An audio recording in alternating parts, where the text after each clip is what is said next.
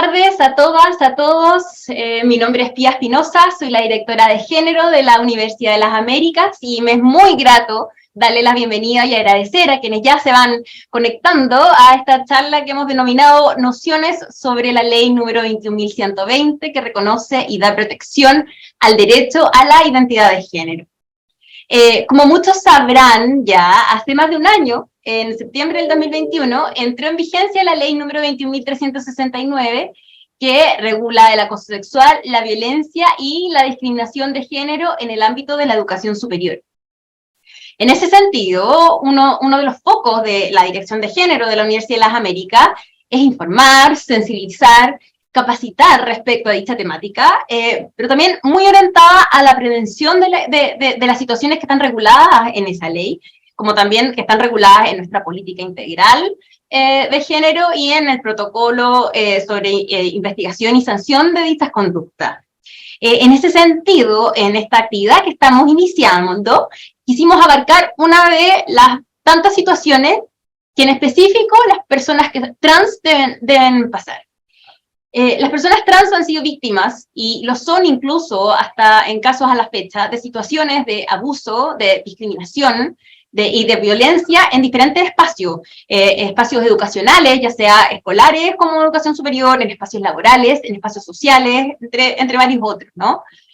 Afortunadamente, hoy en día hemos avanzado un poco y existe mayor información, existe mayor conciencia sobre estos de violencia, discriminación, exclusión que las personas trans sufren. Existe una condena, más condena a su normalización y una mayor visibilidad de ciertas barreras a las que se ven expuestas, ¿no? Encaminada a dar una respuesta a este respecto, se orienta la publicación de la ley número 21.120, y que uno de sus principales objetivos era resolver un gran problema que las personas trans en Chile han debido enfrentar por años, que es la falta de reconocimiento legal de su identidad de género cuando este no corresponde con el sexo que les fue asignado al nacer. Y que históricamente ha traído una serie de afectaciones a distintos derechos, a su reconocimiento y a su ejercicio. Y de ahí entonces la importancia de conocer este cuerpo normativo, la regulación de su procedimiento, pero también desde un punto de vista ya menos regulatorio, menos jurídico, conocer la experiencia que desde la perspectiva del o la abogados que han tramitado, que han conocido estos temas, la experiencia acerca de la forma en que las personas interesadas en su aplicación viven este proceso. Para exponernos al respecto, nos acompaña Lucía Álvarez. Lucía es abogada de la Universidad Diego Portales, es máster en Derecho Penal por la Universidad de Talca y Pompeu Fabra. Actualmente trabaja como directora en el área de compliance del estudio jurídico Ferrada Neve. Ella también es coordinadora general del programa de sostenibilidad de dicho estudio jurídico. Lucía cuenta con diversos cursos en género, diversidades y feminismo. Ha asumido la representación de varios casos, cuyas víctimas o clientes son parte de la comunidad LGBTIQA+, y fue profesora de la primera cátedra de Derechos Humanos y Diversidades Sexuales dictada por la Escuela de Derecho de la Universidad de Chile. Bienvenida Lucía. Finalmente quisiera agradecer a la Fundación Pro Bono, representada en esta instancia por su coordinadora de vinculación con el medio, Paulina Corral, que nos acompaña, fundación con quien UDLA acaba de suscribir un convenio de colaboración y que facilitó también la presencia de Lucía. Muchas gracias, Pía, por la presentación, y Paulina también por la posibilidad de tener este encuentro. Como dijo Pía, voy a hablar sobre la ley de identidad de género en algunas cuestiones más bien prácticas de cuáles son los principios, las garantías que establece y los procesos que se incorporan con esta ley, y también desde un punto de vista más humano quizás, para comentarles cuáles son los problemas que enfrenta la población trans y a los que esta ley viene a responder en parte, porque también existen todavía críticas y cuestiones que exceden el alcance de la ley. Eso en virtud como de la experiencia que he podido tener en mi rol de representante muchas veces de estas personas de la comunidad. Entonces, les voy a compartir pantalla para que vean una presentación y vamos conversando. Si tienen dudas, me interrumpen nomás y las vamos conversando ahí en el momento. Entonces, ¿qué cosas les quiero presentar hoy? Primero, algunos conceptos básicos. Antes de abordar la ley de identidad de género propiamente tal, creo que es importante revisar los diferentes conceptos que pululan al entendimiento de la comunidad LGBTIQ+, y que se vinculan con sexo, género, orientación sexual o orientación sexoafectiva, identidad de género y expresión de género. Cada vez más vemos cómo estos conceptos son utilizados y son muy necesarios de comprender cuáles son sus alcances y sus diferencias para poder entrar y comprender con mayor detalle la problemática de la comunidad trans. En segundo lugar, les voy a hablar un poco de la tramitación de la ley, muy brevemente, pero sobre todo para darles contexto en lo que tiene que ver con los problemas que enfrenta la comunidad trans y a los cuales esta ley viene a intentar dar respuesta y a solucionar algunas de las problemáticas que enfrenta esta comunidad. Y después ya entrando en tierra derecha, digamos, en la ley propiamente tal, vamos a revisar brevemente cuáles son los principios y derechos que establece la norma y cuáles son los procedimientos administrativos y judiciales para la rectificación de partidas de nacimiento, que en el fondo es para el reconocimiento del nombre social de las personas de la comunidad trans. Entonces vamos a revisar algunos conceptos previos, entonces, como les decía, para comprender el universo de las diversidades y disidencias sexuales. Es importante que nosotros comprendamos y distingamos bien estos distintos conceptos que a veces se confunden, ¿no? El sexo, el género, la identidad de género, la orientación sexoafectiva y la expresión de género. Entonces vamos a analizar uno a otro. Primero, en relación con el sexo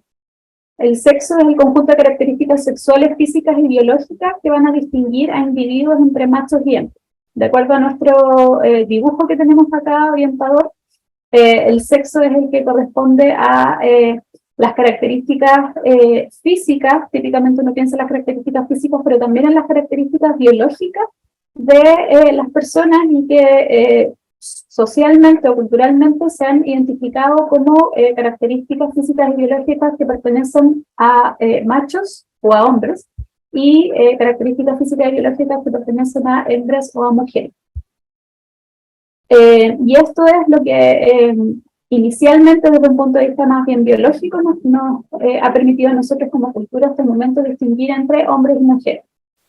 Ahora, existe una tercera clasificación, digamos, que queda fuera de este binario hombre-mujer y que se compone por las personas intersex. ¿Quiénes son las personas intersex? Son aquellas que nacen con una combinación de características sexuales, físicas y biológicas atribuidas a machos y a hembras. ¿Cómo se traduce esto, digamos? Las personas intersex son aquellas que nacen con al mismo tiempo en su cuerpo con características físicas o biológicas propias de los hombres o entendidas como propias de los hombres y propias de las mujeres. Entonces, no tienen una definición en sus características biológicas suficientes como para incorporarlas en alguna de estas clasificaciones de hombre y mujer, como se las ha entendido históricamente. Y es en virtud de este binario hombre-mujer que las personas trans, las personas intersex, perdón, quedan relegadas de esta clasificación cultural porque no responden a ese binario.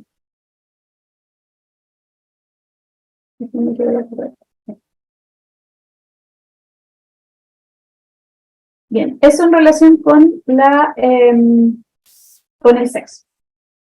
Tenemos también otra clasificación, que es la clasificación de la orientación sexoafectiva, orientación sexual u orientación sexoafectiva, y que corresponde a la atracción afectiva, romántica, sexual y psicológica que un sujeto va a experimentar hacia otros, que un sujeto o una sujeta puede experimentar hacia otros, los que pueden no ser de su mismo sexo o género. La orientación sexuafectiva, tiene que ver con la atracción, o la atracción ya sea afectiva, romántica, sexual y o psicológica que se puede tener respecto de un otro. Y este otro puede o no corresponder con el sexo y género de la persona que tiene esa atracción. Y entonces tenemos orientaciones que son homosexo-género afectivas, o sea, orientaciones que en los afectos las personas sienten atracción por alguien que es de su mismo sexo-género, u orientaciones heterosexo-género afectivas, que corresponden a aquellas orientaciones en las que las personas sienten atracción por alguien de un sexo o género distinto. Y aquí se clasifican, bueno, la mayoría de las letras que componen la sigla LGBTIQA+, vienen de la distinción entre orientaciones sexoafectivas homosexogenéricas u heterosexogenéricas. Por otro lado, tenemos el concepto de género, que corresponde al conjunto de roles, comportamientos, actividades y atributos que una sociedad va a designar a un grupo de individuos con características sexuales similares y que va variando en el tiempo. Eso es clave porque muchas veces se confunde o se utilizan o se pueden utilizar como sinónimos el concepto de sexo y género, y en realidad no son lo mismo. El sexo corresponde a las características físicas y biológicas de una persona, y el género es una cuestión cultural. No tiene que ver con la biología, sino con la cultura, y como tiene que ver con la cultura, va variando en el tiempo. Corresponde entonces al conjunto de, como dice la definición, a los roles, a los atributos, a las características, a los comportamientos que una sociedad en un tiempo determinado va a identificar como que pertenecen a un determinado género en particular. Dentro de esas características y dentro de esos atributos se incorporan, que componen el género, se incorporan las características sexuales, se incorpora el sexo. Entonces se va a determinar, como en la actualidad, por ejemplo, que la cultura mayoritaria, digamos, determina que una mujer es quien tiene un cierto set de características sexuales específicas, y que por tener esas características sexuales específicas le corresponden unos ciertos roles, comportamientos, actividades y atributos específicos que son distintos a aquellos que le corresponderían a quien se denomina como hombre. Y lo importante también acá es entender que el género es un concepto cultural, y que por lo tanto va variando, o sea, no proviene de la biología, sino que es un constructo cultural social, y que además va variando en el tiempo. Entonces, históricamente, nuestra sociedad ha entendido que existen dos grandes géneros, el masculino y el femenino, que, como les decía, están asociados a ciertas características sexuales específicas de aquellas personas que son entendidas como mujeres, y otras características sexuales específicas de aquellas personas que son entendidas como hombres. Se van distinguiendo lo femenino y lo masculino. Sin embargo, existen también una serie de personas, grupos de personas que no se identifican con estas características y estos atributos que componen el grupo de personas no binarias, y que vienen a explicitar o a poner de manifiesto que el género es una construcción social, y que por lo tanto es un acuerdo social que respecto al cual no necesariamente todos tienen que sumarse, no necesariamente todos tienen que estar de acuerdo. Y las personas no binarias entonces vienen a manifestar esa otra vía, esa otra forma de entender el género. Tenemos también el concepto de expresión de género,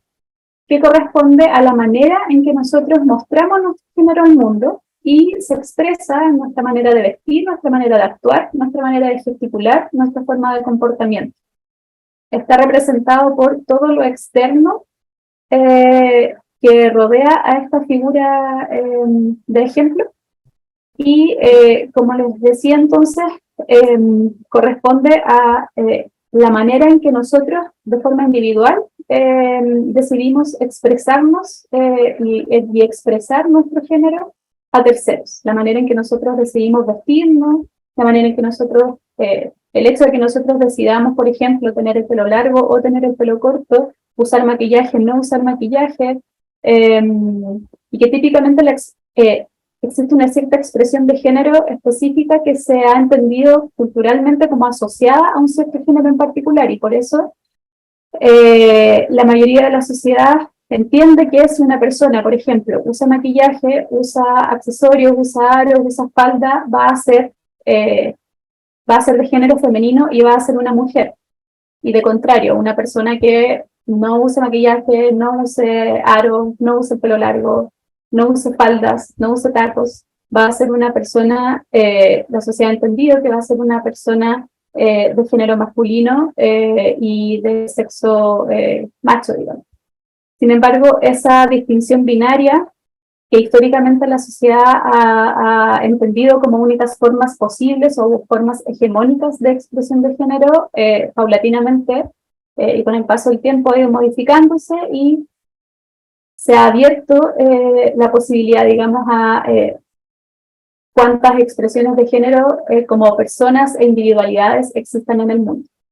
Y así progresivamente, y a pesar de que eso también supone una cierta resistencia desde personas o sectores que son más conservadores y más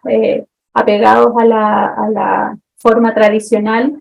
en la que culturalmente se entendía el género,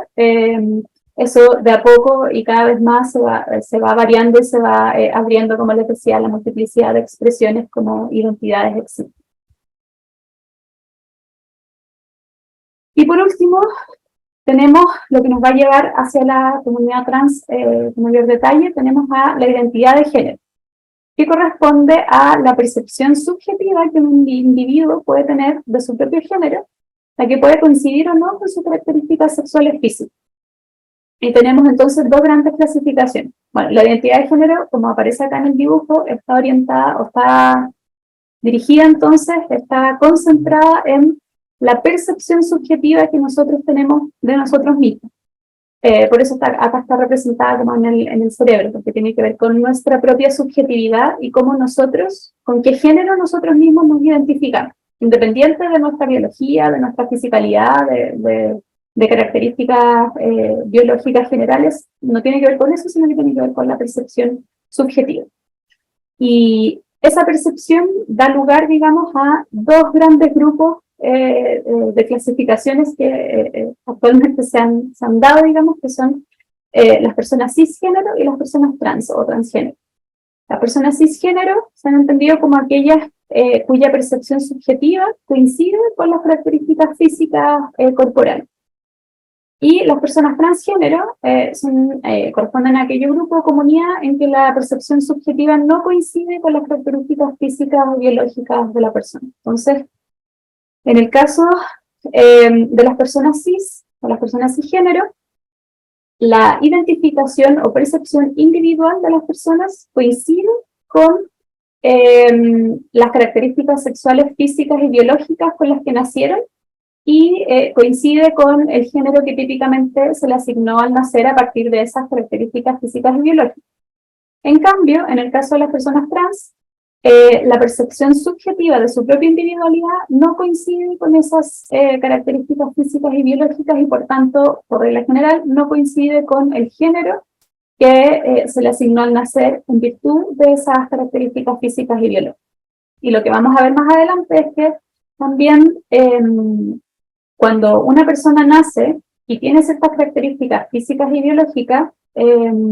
características sexuales, físicas y biológicas, ciertos rasgos, se le asigna entonces un género, que típicamente es femenino o masculino, y como consecuencia de esa asignación, una de las múltiples consecuencias de esa asignación de género al nacer es que se le designa un cierto nombre en particular que socialmente se vincula con el género que se le asignó un nombre femenino o se le asigna un nombre masculino.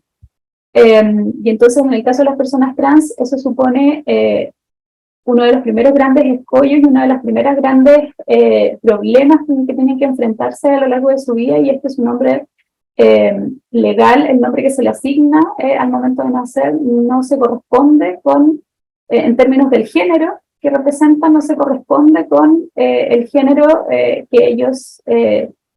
con el que ellos se identifican y con el que estas personas se autoperciben. Y a eso, adelantando un poco el contenido de la charla, a eso responde la Ley de Identidad de Género. Eso es lo que trata de resolver de mejor forma que como teníamos hasta el momento de su dictación la Ley de Identidad de Género. Entonces, ¿por qué era necesario contar con esta ley? Existen una serie de problemas que afectan a la comunidad trans, que han afectado históricamente a la comunidad trans, y que derivan de esta desvinculación entre el nombre que se les asigna al nacer y el género que representa el nombre que se les asigna al nacer y su identidad autopercibible. Y estos problemas están aquí muy resumidos en estos puntos, digamos, pero el problema que o sea, existen una serie de consecuencias que se derivan de no contar con un nombre legal que se identifique con el género con el que se identifican las personas trans. Porque, ¿qué es lo que ocurre? Sobre todo cuando las personas trans empiezan a desarrollarse, a desarrollar su propia individualidad y a convertirse ya en adolescentes o en adultos, empiezan no solo a percibir que tienen un género específico, sino que también, obviamente, como todas las personas, a expresar ese género en características externas, o intentar expresar ese género en características externas como una cierta vestimenta, un cierto modo de llevar el pelo, unos ciertos gestos, etc. Y cuando eso no coincide con el nombre que ellos mantienen, que las personas trans mantienen en sus documentos de identidad, esa disonancia genera una discriminación a todo nivel en términos sociales. Una discriminación que va no solo en cuestiones que uno pudiese como pensar así directamente, como, no sé, no poder trabajar o no poder acceder a estudios, digamos, sino que se generan discriminaciones en muchísimos otros aspectos que de repente son más cotidianos que uno pudiese pasar por alto. O sea, por ejemplo, yo he tenido casos como desde personas que o sea, casos más extremos de personas que han empezado como transiciones, digamos, han empezado transiciones y solicitado cambios de nombre, al menos desde el punto de vista social, que lo llamen por otro nombre, en colegios, y que colegios se han negado y que les han impedido, digamos, seguir estudiando, o que no han hecho nada respecto de la violencia física que enfrentan por otros compañeros, y que eso los ha obligado a desertar del colegio, hasta cuestiones un poco más mundanas, pero que igual significan una afectación, como que, por ejemplo, cualquier instancia que signifique mostrar el carnet de identidad supone una discriminación y una vulneración que hace que estas personas traten de no realizar esas actividades que les van a suponer mostrar el carnet, desde, por ejemplo, ir a ver a alguien a un edificio en donde el conserje va y te pide el carnet para poder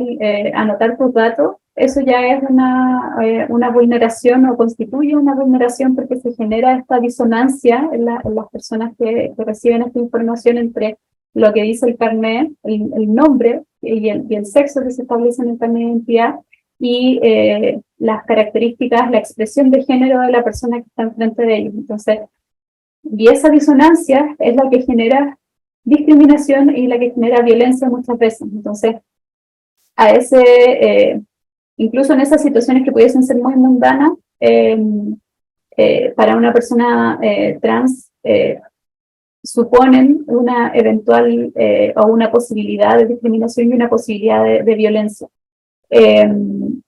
general nos pasaba antes de la publicación de la ley, antes de contar con el procedimiento administrativo para el cambio de nombre, nos pasaba que, como el procedimiento era mucho más complejo y menos accesible para todas las personas, había muy pocas personas que hacían este proceso, y por lo tanto solo se iban restando de actividades sociales muy comunes para las personas sin género, como ya les decía, estudiar, después poder trabajar, porque para trabajar, obviamente que un requisito es que tu empleador pueda conocer tu cédula de identidad, conozca tu RUT, conozca tu nombre legal, que eso conste en el contrato, digamos, y existen muchos empleadores, y existen muchos empleadores que no contrataban gente por esta disonancia que se produce entre el nombre legal y la expresión de género de las personas. Ir al médico, por ejemplo, también era y es una situación compleja y una posibilidad de discriminación, porque cuando te llaman a la consulta, cuando te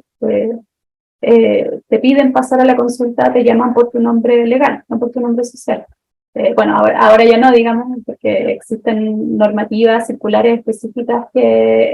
o no debiese ser así, porque existen circulares específicas en materia de salud que obligan a las entidades de salud a utilizar el nombre social. Sé que no han habido cambios, pero hace, no sé, menos de 5 años no era así, y aun cuando existieran las circulares tampoco era tan conocido ni respetado por las instituciones de salud. Entonces, también supone una discriminación. En ámbitos más en donde uno puede ver la interseccionalidad de la discriminación, por ejemplo, en la cárcel. ¿Qué ocurre con personas que tienen su nombre legal y su identificación, su cédula de identidad, que señalan que es de un sexo y un género, pero que su identidad de género es otra? ¿A qué cárcel van? Eso también supone una discriminación y una afectación grave de su derecho a la salud y a no ser violentado. Y eso, o sea, ese es un ámbito de la discriminación que sufren las personas trans, que se deriva de la discordancia entre su expresión de género y su nombre legal. Existe todo otro grupo o conjunto de problemas que enfrenta la población trans, que se derivan no ya de cuestiones de la identidad, sino que propiamente tal del trato y de la discriminación y violencia que sufren por la disonancia entre o por no contar con una expresión de género que se pueda encasillar dentro de este binario hombre-mujer. Entonces, les pongo este contexto para dar cuenta de cómo, si bien la ley de identidad de género es una ley súper valiosa y muy necesaria, era muy necesaria de tener en Chile, la problemática de las personas trans es tan grande, tan profunda, que esta ley no alcanza, o sea, solo alcanza en parte y de forma que podría ser mejor también, solo alcanza a solucionar un set de problemas que vienen derivados de la imposibilidad de cambiar el nombre legal, pero no viene a solucionar todos los problemas que se generan por el desconocimiento, por la ignorancia, por la discriminación y la violencia que genera en muchas personas que las personas que pertenecen a la comunidad trans tengan una expresión de género disonante o una expresión de género que no se condice con el binario hombre-mujer. Entonces, también para situar un poco en contexto la ley de identidad de género, es una ley muy necesaria, es una ley muy buena, pero también es una ley insuficiente y que no permite satisfacer todas las problemáticas que emanan de la situación que afecta a las personas trans, a la comunidad trans en la actualidad. ¿Qué ocurría entonces antes de que tuviéramos la ley de identidad de género? ¿Qué pasaba con las personas que querían hacer la rectificación de su partida de nacimiento, o sea, querían cambiar su nombre y sexo en el carnet? ¿Podían hacerlo o no? La verdad es que no había una norma, antes de la ley de identidad de género, no había norma específica que reconociera la identidad de género ni que se hiciera cargo de esta problemática. Entonces, lo que había que hacer era inventarse un procedimiento a partir de el procedimiento general de modificación de partida de nacimiento que estaba en la ley, que está todavía en la ley del registro civil, pero es un procedimiento, o sea, es una ley del año 30 que no tiene para nada considerada la posibilidad de que existan personas que quieran cambiar su partida de nacimiento por su identidad de género, por la disidencia que se produce por su identidad de género. Entonces no tiene ninguna sensibilidad ni consideración específica respecto de estas personas y por lo tanto generaba también mayores vulneraciones. En primer lugar, este proceso solo se podía hacer en los tribunales civiles como un procedimiento voluntario y requería que siempre se contara con un abogado. Siempre había que comparecer representado por un abogado ante los tribunales civiles. Entonces ahí ya hay una barrera importante porque era necesario pagarle a un abogado para hacer el trámite y la solicitud. Además, no solo la ley no tenía ninguna consideración por las personas trans, ninguna consideración especial, sino que además, y esto ha ido cambiando con el tiempo, pero las primeras solicitudes de rectificación de partida de nacimiento que se hicieron antes de la ley de identidad de género se enfrentaron a tribunales que no tenían ninguna, a jueces y juezas que no tenían ninguna expertise en materia de diversidad y disidencias sexuales. Entonces, sin tener ese conocimiento, las juezas y jueces expusieron también a muchas personas en esta tramitación a varias situaciones de vulneración de derechos o de discriminación. Por ejemplo, hasta hace muy poco, hasta el 2012, en 2012 se dictó la primera sentencia en la Corte de Apelaciones de Santiago, que digamos como es la Corte que manda un poco a los tribunales civiles que están más abajo, digamos, dentro de la pirámide. En 2012 se dictó la primera sentencia en la Corte de Apelaciones que permitía la rectificación del nombre y el sexo en la cédula de identidad sin necesidad de que la persona acreditara que había hecho un cambio físico. O sea, sin la necesidad de que la persona acreditara que se había operado, que había hecho algún tipo de modificación física para adaptarse como a los genitales o a la sexualidad, a las características físicas sexuales atribuidas al género que estaba solicitando. O sea, ¿qué significa esto? Que hasta el 2012 los tribunales no hacían el cambio de sexo en la cédula de identidad, a menos que el solicitante acreditara que se había hecho una mastectomía, en el caso de que fuera una mujer que quería ser identificada como hombre, como género masculino, o que se había hecho algún tipo de operación o que estaba en proceso de hacer algún tipo de operación para corregir o para modificar sus características físicas, sus características sexuales físicas. Eso supone una discriminación porque, como vimos en un inicio, la identidad de género no tiene que ver con lo físico, sino que tiene que ver con la percepción propia. Entonces, alguien puede considerarse con una identidad femenina o masculina independiente de cuáles son sus características físicas y puede seguir considerándose así sin necesidad de alterar su fisicalidad, su cuerpo, para que esa identidad se mantenga, digamos. Entonces, el hecho de que los tribunales hayan solicitado hasta al menos el 2012, y bueno, después igual lo hacían, pero con menos fuerza, digamos, hasta que hayan solicitado hasta el 2012 que las personas tuviesen que operarse para poder solicitar este cambio, constituía una vulneración súper grande a los derechos de estas personas. Además que se generaba una disonancia, porque a lo que solicitan las personas cuando hacen esta rectificación de la partida de nacimiento es que se modifique, por un lado, el nombre que aparece en la cédula de identidad y por otro, el sexo que aparece en la cédula de identidad. En nuestro país todavía solo se reconoce masculino y femenino. Entonces,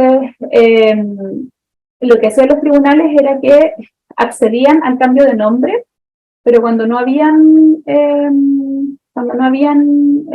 evidencias de que existía una operación, no accedían al cambio de sexo. Entonces era como se generaba un absurdo y no se solucionaba el problema por el cual se había hecho la solicitud en un principio, digamos, que se reconociera la identidad de género de la persona, solo se cambiaba el nombre, pero no el género al que correspondía. Entonces, ese era uno de los grandes problemas de la ley antes de que tuviéramos los procedimientos específicos de la ley de identidad de género.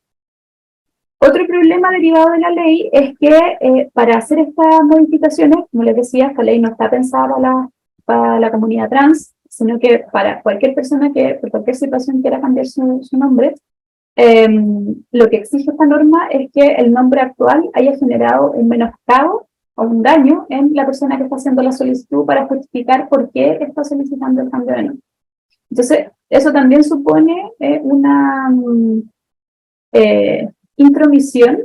indebida o injustificada en la intimidad, la esfera íntima de las personas, en tanto que tienen que, no solo tienen que hacer la solicitud, sino que para justificar la solicitud se debía acreditar que habían sufrido discriminación y tenían que relatar episodios de discriminación,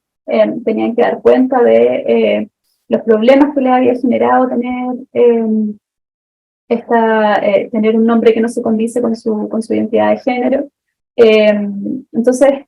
se hacía necesario que las personas, generalmente lo que pasaba es que para acreditar el menoscabo, el juez o la jueza llamaba a una audiencia en la que el solicitante tenía que ir y dar cuenta de que era una persona trans y contar su historia y en el fondo revelarle su intimidad a un tercero que no había visto nunca, que era un juez o jueza que no tenía por qué saber su vida ni su problema, digamos. Y lo más absurdo se producía porque en aquellos casos en que, sobre todo aquellos casos que son más recientes o de personas que son jóvenes, digamos, que optaban por hacer el cambio de nombre, lo que ocurría es que, claro, con el tiempo, la sociedad se ha vuelto más abierta y más comprensiva de la existencia de personas trans y por lo tanto las personas, nos pasó sobre todo en los últimos casos antes de la entrada en vigencia de los procesos de la ley de identidad de género, casos de personas jóvenes que no habían tenido menoscabo, o sea, que no habían tenido discriminación porque habían iniciado un proceso de transición o le habían contado a sus familiares, a sus cercanos, a su colegio, que querían que los llamaran por otro nombre, digamos, por un nombre correspondiente a un género distinto al que se le asignó al nacer. Y la familia había sido muy comprensiva, y sus amigos habían sido muy comprensivos, y en su colegio habían sido muy comprensivos, y todo esto, que es una cuestión muy buena, y que no le generó ninguna discriminación, jugaba en contra del proceso de cambio de nombre, porque uno de los requisitos del proceso era precisamente que se acreditara que se generaba un daño o un menoscabo al no hacer el cambio del nombre. Entonces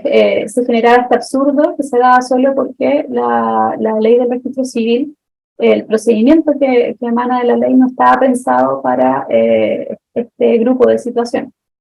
Y por último, otro gran problema era la demora en la sentencia, porque se trataba de procedimientos voluntarios que los tribunales civiles siempre están colapsados, entonces los procedimientos voluntarios son los que tienen son los últimos, el último eslabón de la cadena, el que nadie pesca, básicamente, así que se demoraba mucho en fallar estas causas. Y se generaban atrasos de, no sé, un año en fallar un procedimiento que es muy sencillo. Entonces, era evidente que necesitábamos contar con procedimientos específicos para hacer el cambio, la rectificación de la partida de nacimiento. ¿Cómo se tramitó esta ley? Acá yo les puse un muy breve mini resumen de los hitos de la tramitación. Y como pueden ver, en realidad son muy pocos los hitos. O sea, en 2013 ingresó al Senado el proyecto de ley en virtud de una moción. No tuvo, o sea, se inició la tramitación y se empezó a discutir, pero no se le puso urgencia o no se consideraba la urgencia y tuvo muchas trabas de ciertos sectores políticos para que no saliera, digamos. Y el 2018, en marzo del 2018, estaba esta ley durmiendo en el Congreso, hasta que se produce este evento externo que no tiene nada que ver con la tramitación de la ley, que es el Oscar a Mejor Película Extranjera, que lo gana Una Mujer Fantástica, que es una historia, si no han visto la película, digamos, una historia sobre una mujer trans, protagonizada por Daniela Vega, que es una actriz trans, activista trans. Entonces, este hecho pone el foco nuevamente en el proyecto de ley, vuelve a poner el proyecto de ley ahí en los titulares y en la conversación cotidiana, digamos, y a partir de esa presión social que se genera, que generó Daniela Vega y que se generó la sociedad a partir de esta circunstancia externa, es que entonces el gobierno en ese momento y bueno, también los parlamentarios volvieron a ponerle énfasis y a avanzar en la tramitación hasta que finalmente en diciembre del 2018 terminó publicándose la ley de identidad de género. Muy probablemente si es que no hubiese ocurrido este evento externo del Oscar, todavía la ley estaría en tramitación o se habría demorado muchísimo más en salir.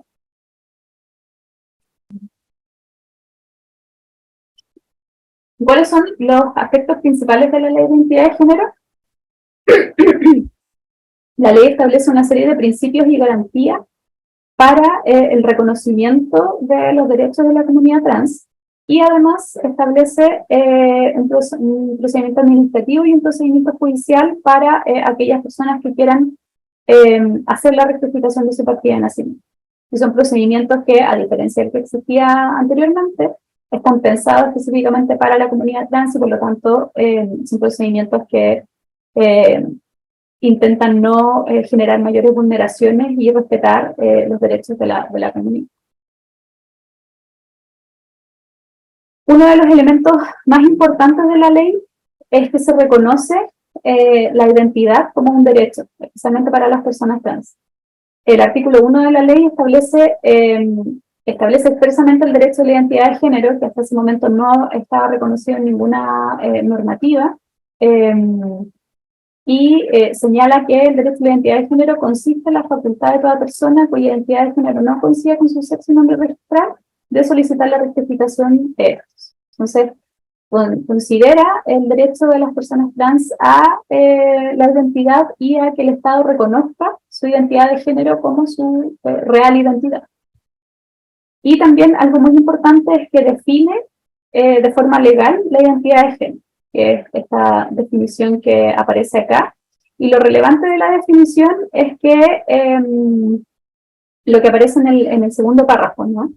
Lo dispuesto en esta definición podrá o no involucrar la modificación de la apariencia o de la función corporal a través de tratamientos médicos, quirúrgicos u otros análogos, siempre que sean libremente escogidos. O sea,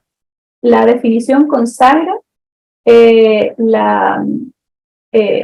voluntariedad de los procedimientos médicos o quirúrgicos de modificación del cuerpo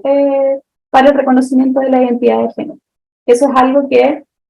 como les decía recién, en el procedimiento anterior y en años anteriores a la publicación de la ley de identidad de género, como no estaba regulado, quedaba a criterio de los jueces si es que decidían exigir para acceder al cambio de la identidad, exigir o no tratamientos, la existencia de tratamientos quirúrgicos o tratamientos médicos que hicieran coincidir el sexo con la identidad de género de las personas. Entonces, es súper importante como eso genera y generaba una vulneración tan evidente en los derechos de la comunidad trans, es súper importante que la ley de identidad de género establezca de forma expresa que los tratamientos médicos y quirúrgicos para hacer coincidente el sexo con la identidad de género son absolutamente voluntarios y no tienen ninguna incidencia en el ejercicio del derecho a la identidad que está reconocida tal que tiene la comunidad trans. ¿Cuáles son algunas garantías asociadas al goce y ejercicio de la identidad de género? Porque, claro, una cosa es que se reconozca, y es súper bueno, digamos, que se define y se reconozca la existencia del derecho a la identidad de género, Pero otra cosa también importante de la ley es que dice, bueno, reconocemos la identidad de género, pero no solo un reconocimiento, sino que esto trae aparejado unas ciertas garantías que le tenemos que reconocer a la comunidad trans. Y estas garantías son las siguientes. Primero, el reconocimiento y la protección de la identidad y la expresión de género. O sea, la ley reconoce que las personas son libres de tener una identidad de género y una expresión de género que refleje su identidad, digamos, y que eso tiene que respetarse, tiene que garantizarse el libre ejercicio de esa expresión y de esa identidad por parte del Estado. La segunda garantía es la identificación conforme a la identidad y expresión de género en instrumentos públicos o privados. O sea, se garantiza que todas las personas tienen el derecho a ver reflejada su identidad y su expresión de género en los distintos instrumentos en los que se manifieste su nombre. En todos los instrumentos, ya sean públicos o privados, en donde aparezca el nombre de las personas, todas las personas tienen el derecho a que ese nombre refleje y se conforme con su identidad y con su expresión de género. Y por último, se reconoce y garantiza el derecho al libre desarrollo de la persona conforme a la identidad y expresión de género. Entonces, si bien esto es un avance en tanto que es un reconocimiento de que todas las personas tienen el derecho a desarrollarse libremente conforme a su identidad y su expresión de género, todavía falta porque siempre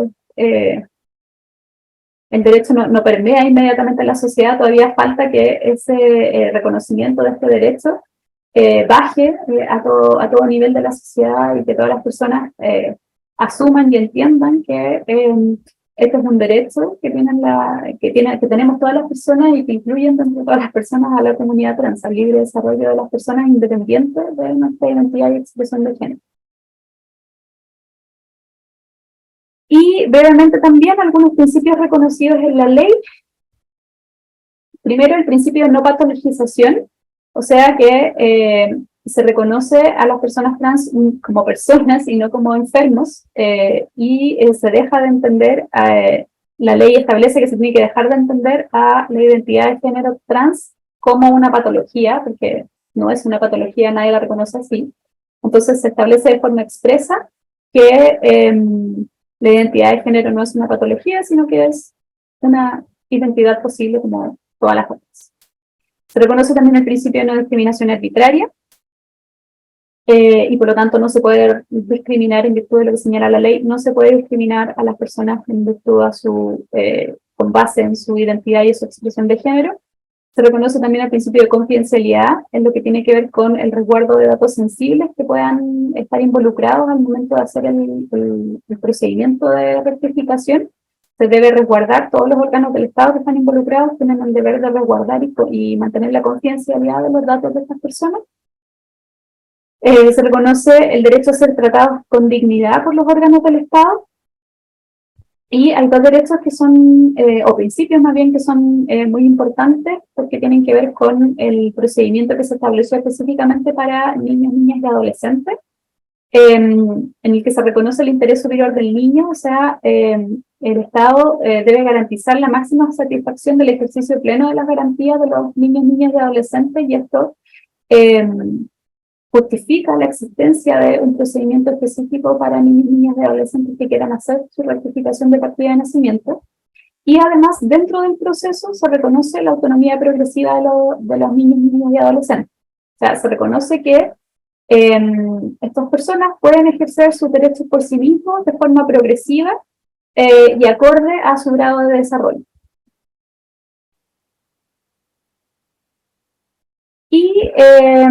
finalmente les voy a hablar muy a grandes rasgos de los procedimientos de rectificación. En la ley actualmente existen dos grandes procedimientos de rectificación de partida de nacimiento, que es un procedimiento administrativo y un procedimiento judicial. Vamos a ver un poco más en detalle cada uno de ellos. El procedimiento administrativo está pensado para personas chilenas o extranjeras que son mayores de 18 años y que sean solteras o casadas. Les puse en rojo el que sean solteras o casadas porque ese es una modificación que viene del 2021 a partir del reconocimiento del matrimonio igualitario, Este reconocimiento permitió generó la modificación de la ley de identidad de género. Lo que ocurrió cuando se dictó la ley de identidad de género es que todavía no estaba reconocido el matrimonio igualitario. Por lo tanto, el matrimonio solo estaba reconocido legalmente entre un hombre y una mujer, entre personas de sexo o género distinto. Y por lo tanto, se generaba un problema con la ley de identidad de género, porque si una persona quería rectificar su partida de nacimiento y estaba casada, eso iba a significar como consecuencia que en el registro civil, digamos, para todos los efectos legales, iban a existir dos personas del mismo sexo casadas. Y eso generaba una contradicción porque el Código Civil establecía que el matrimonio solo podía hacer entre personas de sexo distinto. Entonces, ¿cómo salvaron esa dificultad que se generaba en 2018 al no reconocer todavía el matrimonio igualitario? Lo que hizo la ley de identidad de género fue establecer un procedimiento judicial específico para las personas mayores de 18 que estuviesen casadas. Entonces, si es que una persona quería hacer la rectificación de su partida de nacimiento y estaba casada, no tenía que ir al registro civil, sino que tenía que iniciar un procedimiento judicial en un tribunal de familia y en el que tenía que hacer la solicitud, se notificaba al cónyuge y el juez, al momento de aprobar la solicitud de modificación de partida de nacimiento, estaba obligado a divorciar a esa pareja. O sea, no podía mantenerse el matrimonio si es que se accedía a la modificación de la partida de nacimiento. Y eso a su vez generaba una vulneración en el derecho de las personas trans y en el derecho de esa pareja, digamos, a mantenerse en el matrimonio, porque el juez está asumiendo, en virtud de esta obligación legal, que esa pareja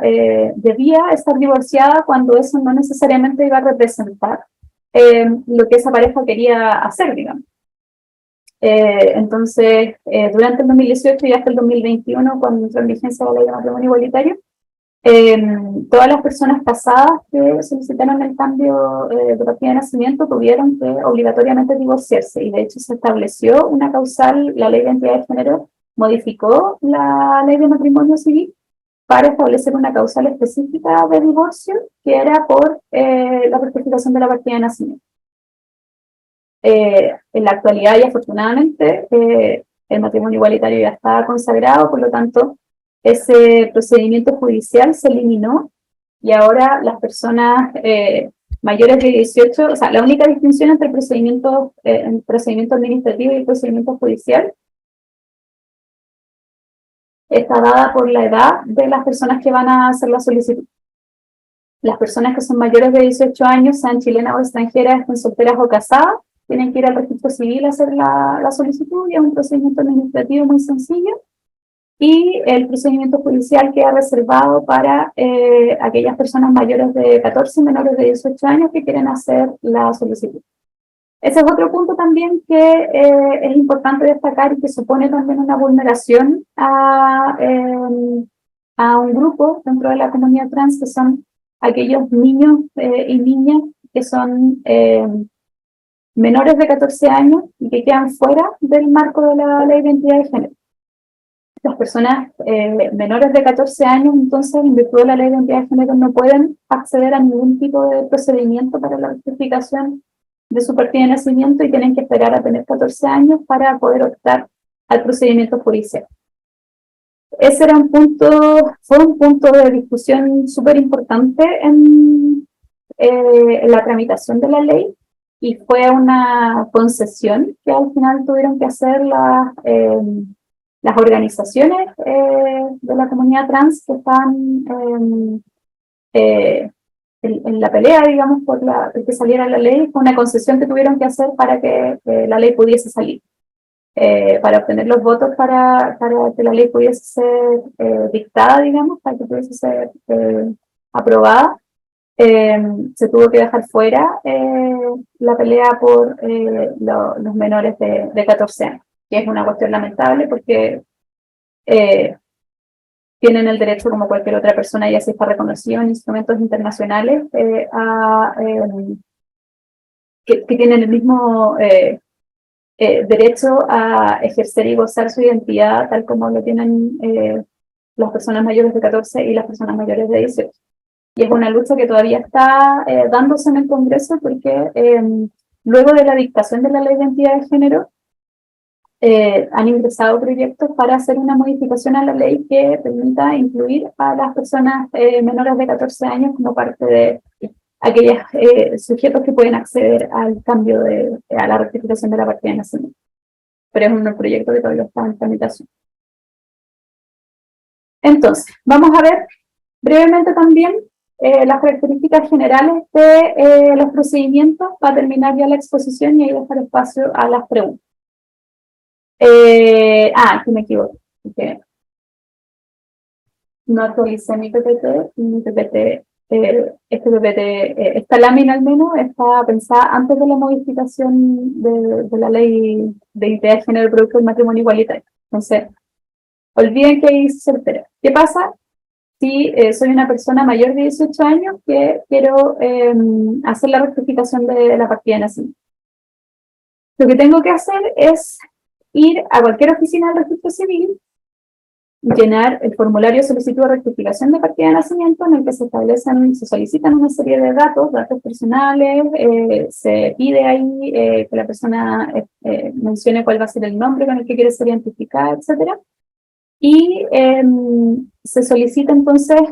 solo contar con una cédula de identidad vigente y tiene que presentar a 2 testigos que tienen ciertas características, pero básicamente son 2 testigos que tienen que ser mayores de 18, no pueden ser parientes hasta cierto grado de la persona solicitante, etc. Pero son requisitos generales. Contando entonces la persona con una cédula de identidad vigente y presentando 2 testigos, llena el formulario en cualquier oficina del registro civil y el registro civil recibe el formulario y se coordina con la persona para hacer una audiencia en la que tienen que ir los testigos y testificar que efectivamente se trata de una persona trans, que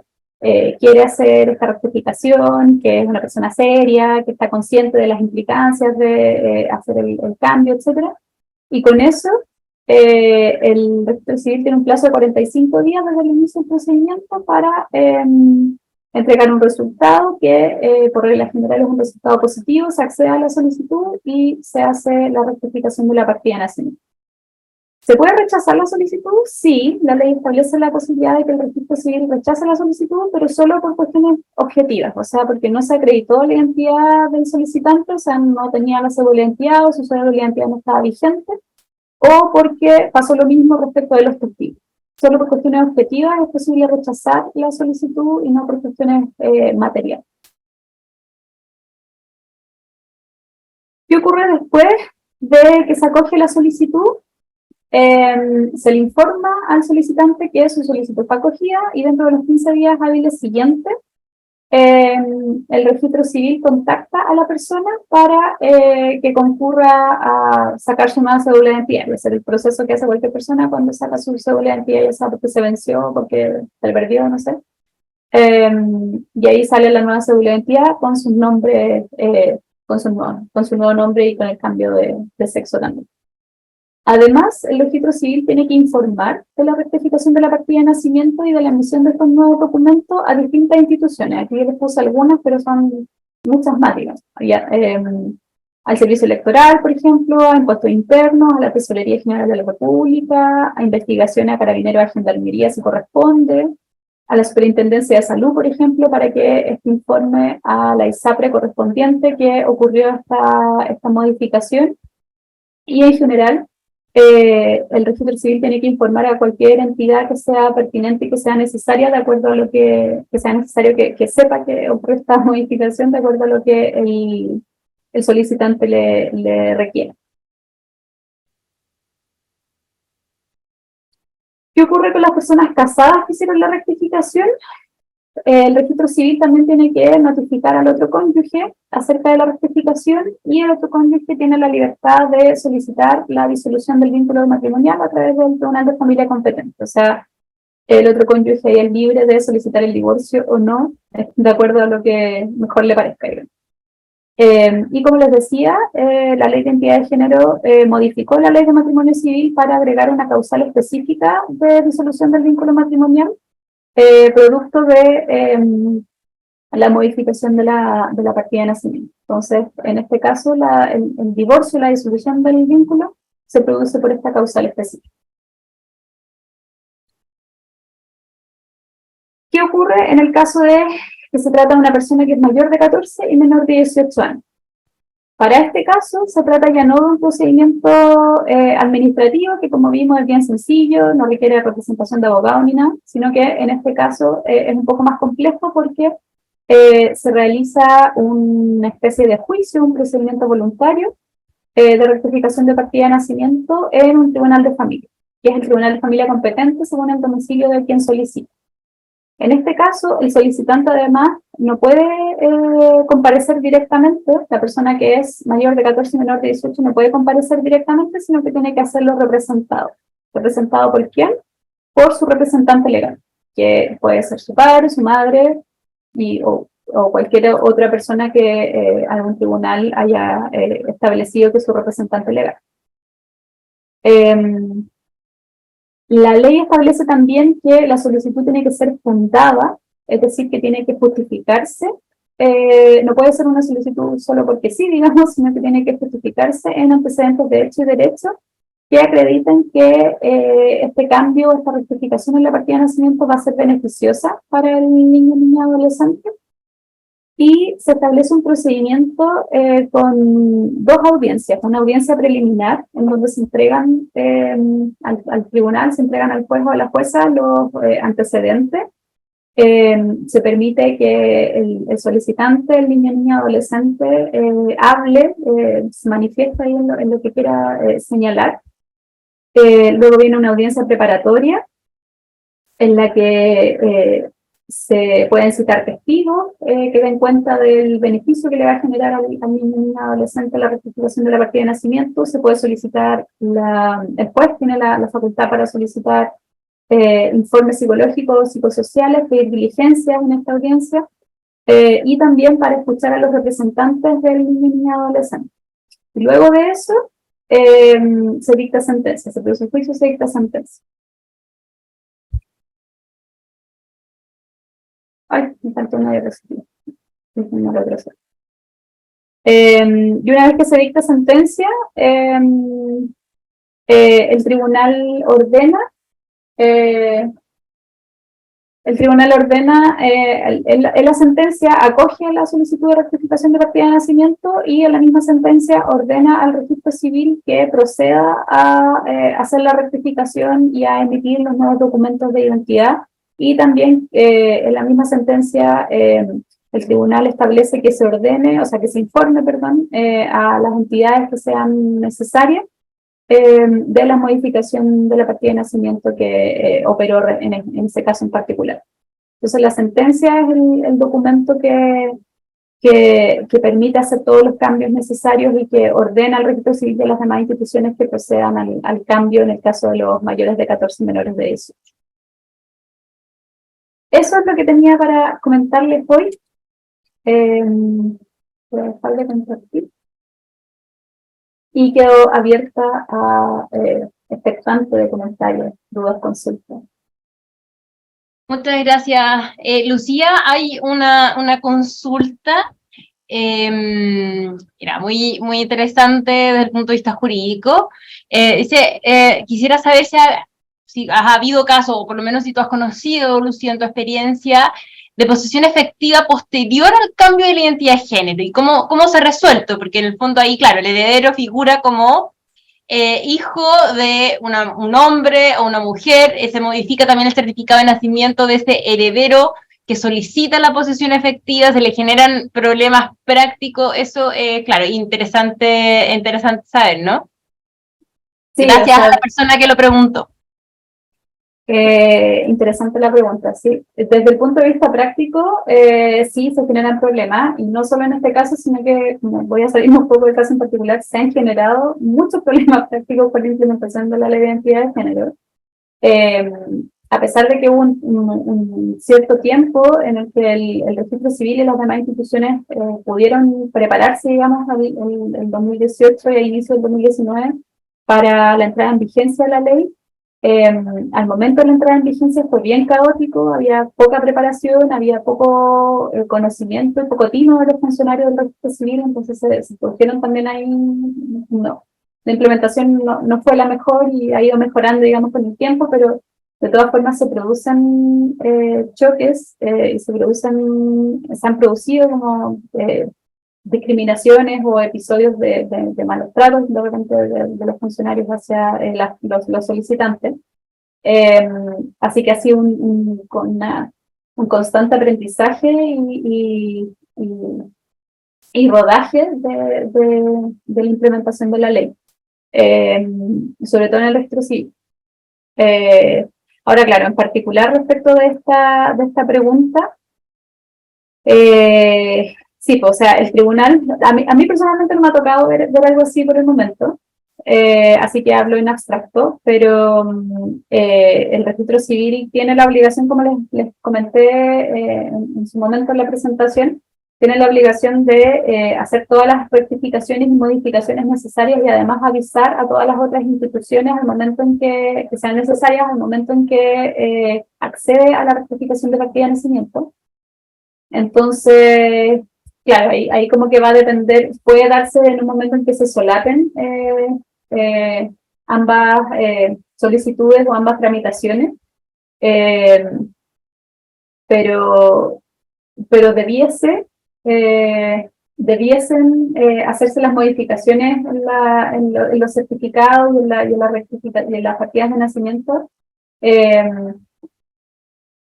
para que no se produzca este conflicto o este conflicto en la identidad de los herederos o del causante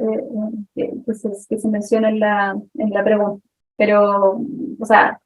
eso lo digo desde el abstracto, porque como dije, no me ha tocado ver una situación así todavía. Ya, mil gracias, Lucía. Bueno, hasta el momento no hay más preguntas, así que en honor al tiempo quisiera ya cerrar la sesión y dar millones de gracias a Lucía por esta tremenda, extensa y profunda, concreta exposición que nos hizo al respecto. La idea es que conociéramos la casuística, ¿no? Que entendiéramos la problemática, no solamente en el fondo en la tramitación jurídica, sino también lo que hay detrás de lo que existe de la tramitación, lo que enfrentan al día a día las personas que necesitan ocupar las herramientas jurídicas que hoy existan, que ya, como explicaba Lucía, incluso no son suficientes, es un paso, pero que en el fondo siguen estando pendientes algunos desafíos para las personas trans, sobre todo en cuanto, obviamente, al tema de sensibilización y a estar conscientes de que no necesariamente tenemos que encasillar y que el sexo o el sexo asignado al nacer no necesariamente va a coincidir cómo nos identificamos. Entonces, perdón, justo salió una pregunta. Muy clara la presentación. Gracias, Pamela. Así que agradecemos a Lucía, muchas gracias, agradecemos a la Fundación Pro Bono por habernos facilitado, ponernos en contacto con Lucía, por hacernos esta parte de su red. Y nada, por el momento lo dejamos, que por favor estén atentos a otras actividades, a otras charlas, que desde la Dirección de Género y también en particular, pero también desde vinculación con el medio de la Universidad de las Américas, vamos a hacer en los próximos meses. Así que muy buenas tardes y muchas gracias. Hasta luego.